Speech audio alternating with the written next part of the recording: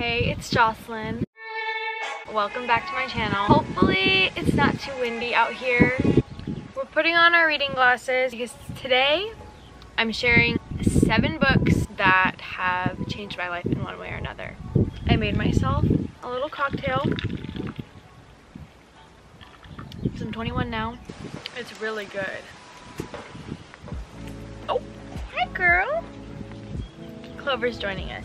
Okay, so let's get into it. I think I'm gonna start with this one, the Celestine Prophecy. This book is absolutely incredible. It's fiction, but it's one of those like allegorical fiction books, so it's very much like lessons to learn.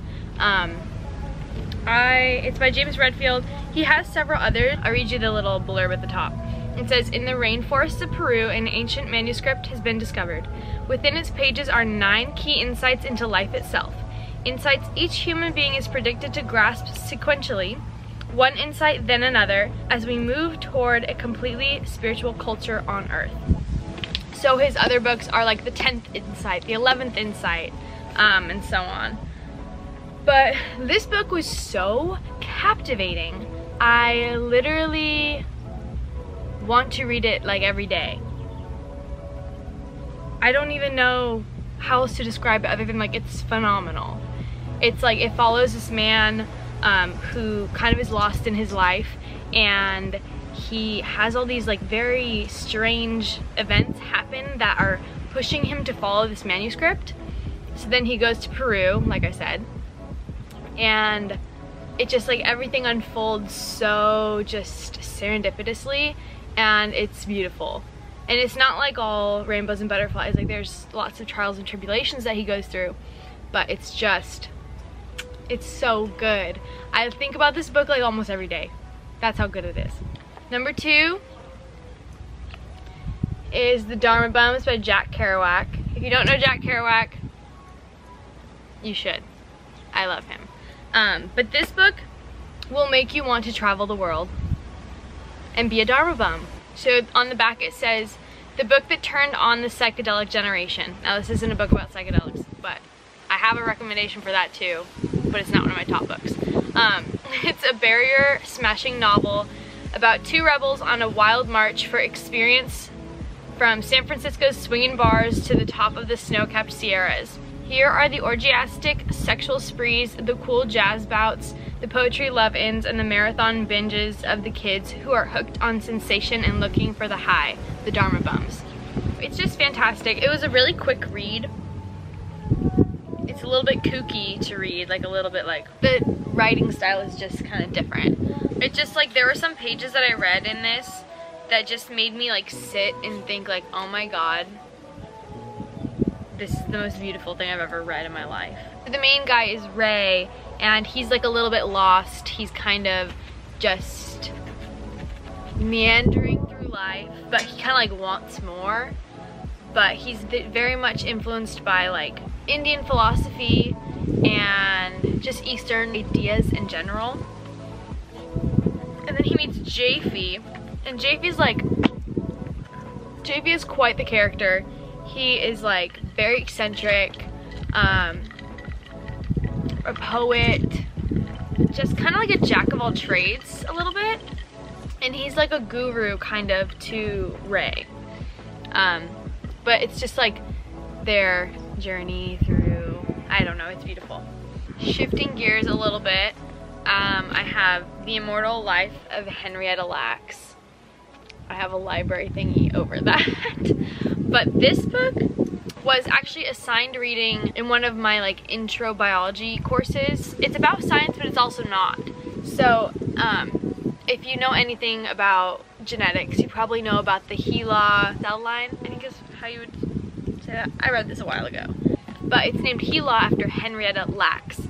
And Henrietta Lacks was a woman who was essentially exploited by science, and then in death, her family was not informed that they had cultivated cells from her and created a cell line from her DNA.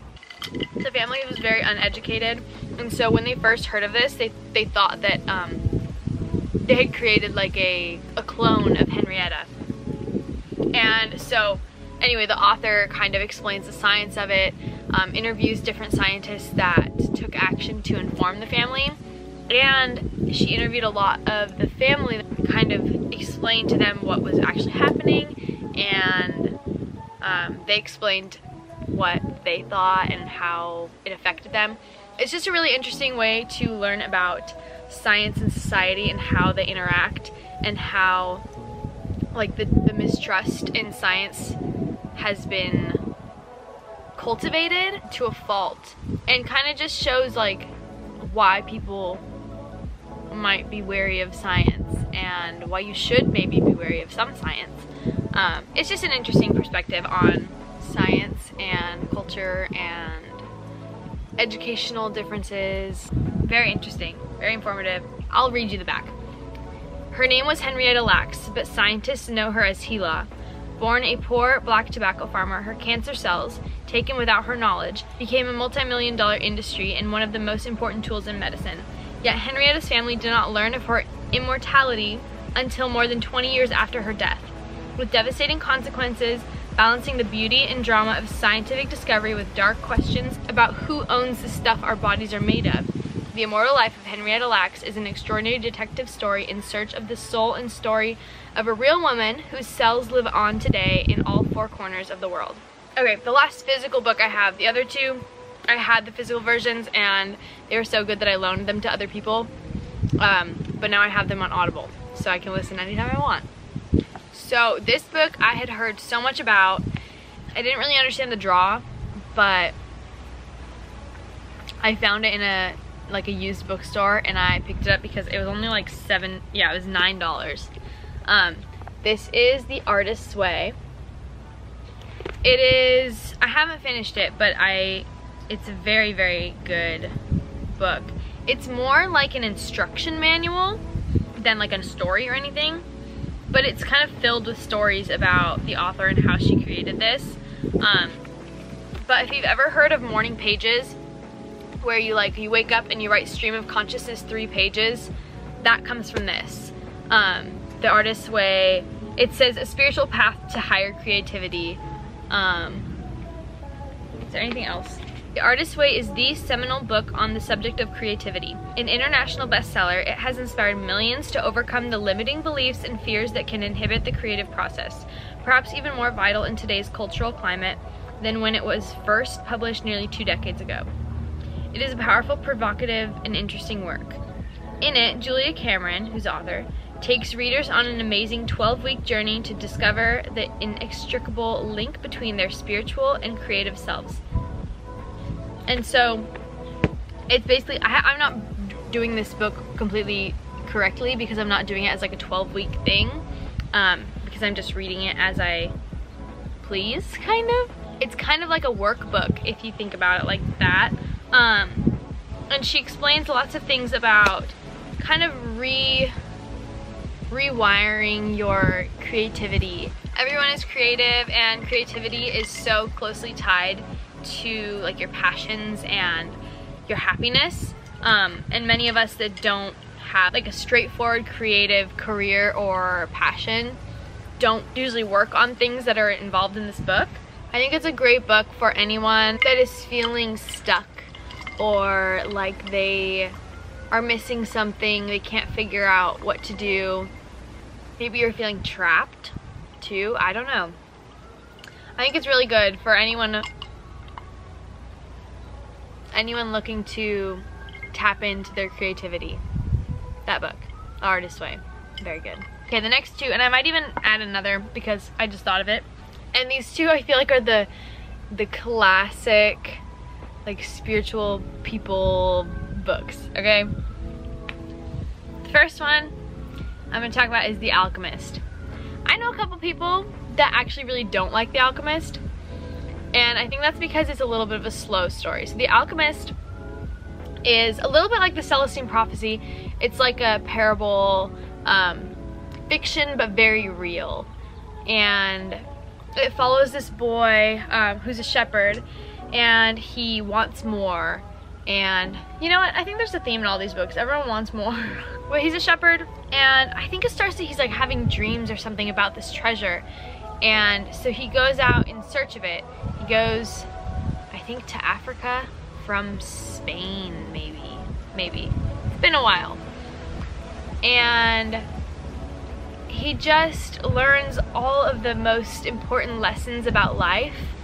And I'm not gonna spoil it, but in the end, he's like totally just enlightened about what the purpose of life is and what is the meaning of life, and just, it's beautiful.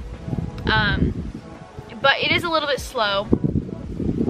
It's very, very detailed, and yeah, it's a great one.